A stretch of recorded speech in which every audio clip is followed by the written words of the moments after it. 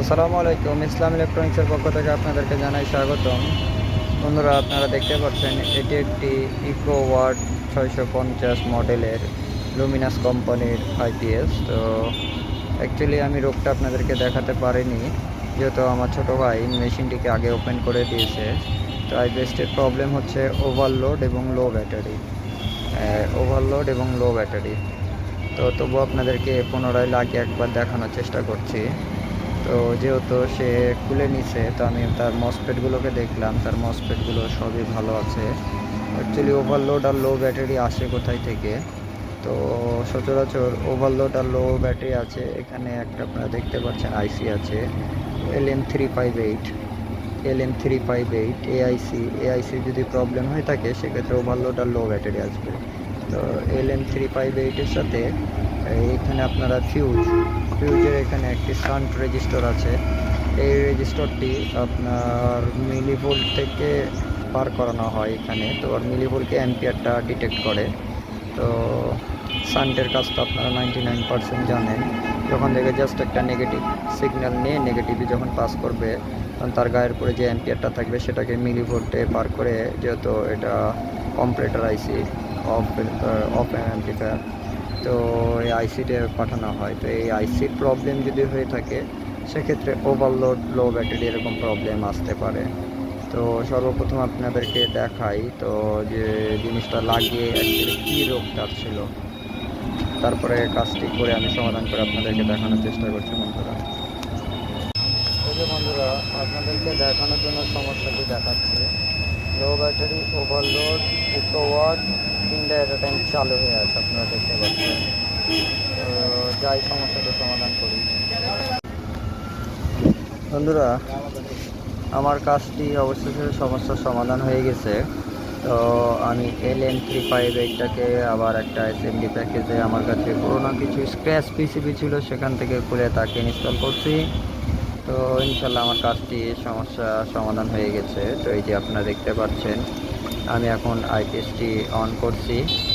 এই যে আমার আইপিএসটি রান করছে, এখন সব অ্যাকুরেটভাবে ওয়ার্কিং করছে। তো আপনাদেরকে দেখাই গেট পালস ভোল্টেজগুলো এসছে কিনা। বেসিক এক হাতে ক্যামেরা, এক হাতে মিটার নিয়ে একটু কাজ দেখানো ডিফিকাল্ট হয়ে পড়ে, তবুও দেখানোর চেষ্টা করছি আপনাদেরকে।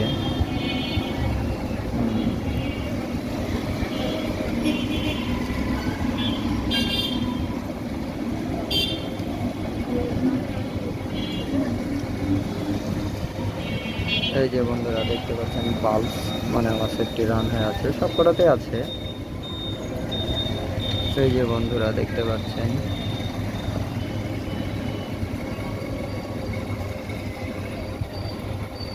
এই যে বন্ধুরা দেখতে পাচ্ছেন,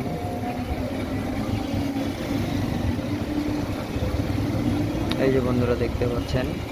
তো শুধুমাত্র LM358 এই আইসিটির প্রবলেম থাকার কারণে আমার এই সমস্যাটি করছিল।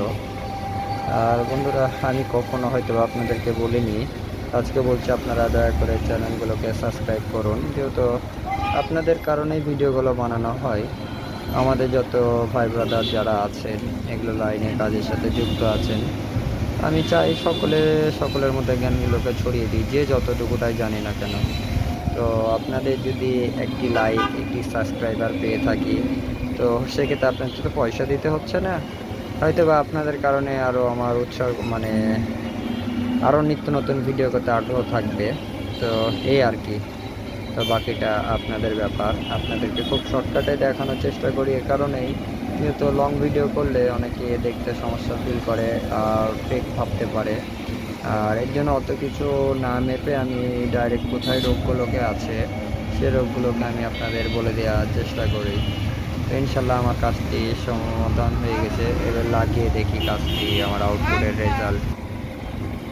বন্ধুরা, অবশেষে আমার কাজটি সাকসেস।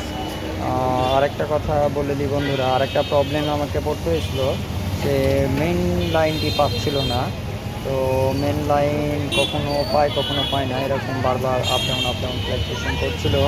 বিভিন্ন ধরনের সিমটম দেখা দিচ্ছিলো এলইডিগুলোতে। তো আমি অ্যাকচুয়ালি ভিডিওটা করিনি এ কারণে, যেহেতু আমার অসংখ্য পরিমাণ সময় ব্যয় করছে আর পিছনে।